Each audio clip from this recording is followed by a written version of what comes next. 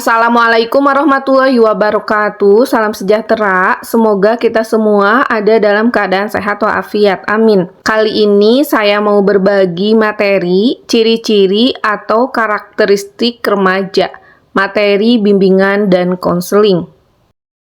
Remaja itu siapa? Menurut WHO tahun 2022, remaja merupakan fase antara masa kanak-kanak dan dewasa dalam rentang usia antara 10 hingga 19 tahun.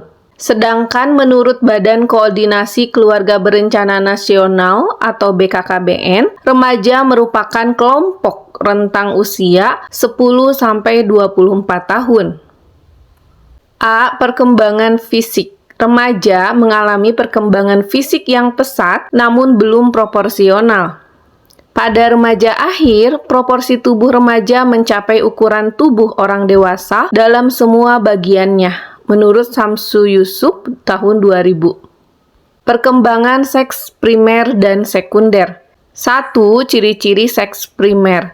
Pria ditandai dengan mimpi basah, sementara wanita ditandai dengan menstruasi. 2. Ciri-ciri seks sekunder. Remaja pria mengalami pertumbuhan bulu-bulu, tumbuh jakun dan suara berubah menjadi parau dan rendah. Pada remaja wanita juga mengalami pertumbuhan bulu-bulu, kelenjar yang bakal memproduksi air susu, serta pertumbuhan pada pinggul. B. Perkembangan kognitif. 1. Secara intelektual, remaja mulai dapat berpikir logis tentang gagasan abstrak. 2. Berfungsinya kegiatan kognitif tingkat tinggi.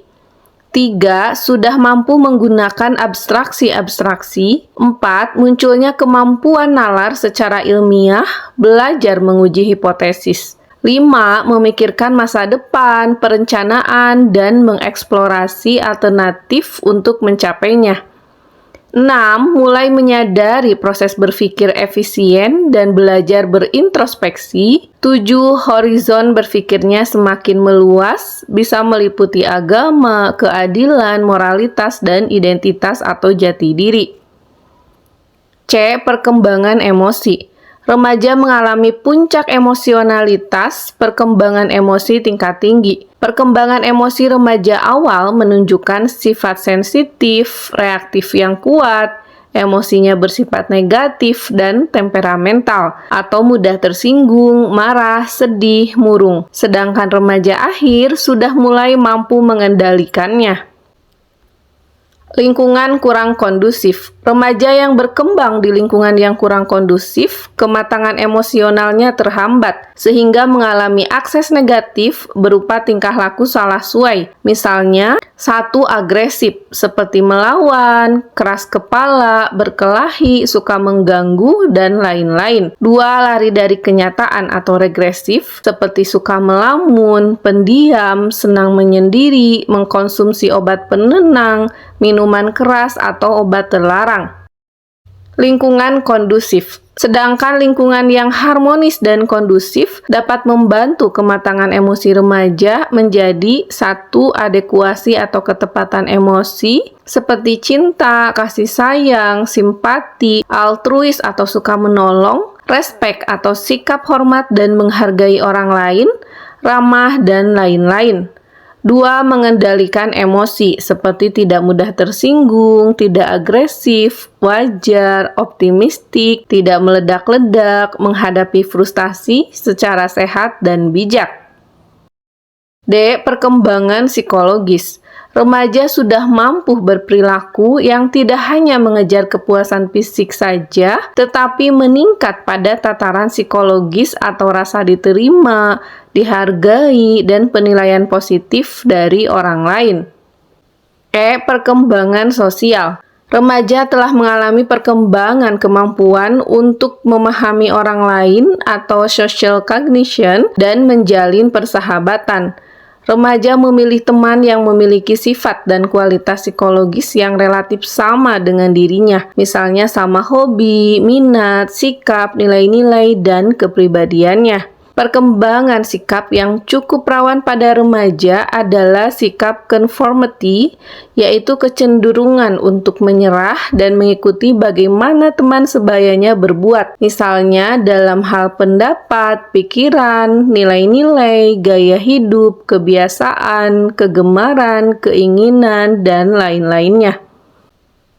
F. Perkembangan moral. Isu sentral pada remaja adalah masa berkembangnya identitas diri atau jati diri yang bakal menjadi dasar bagi masa dewasa.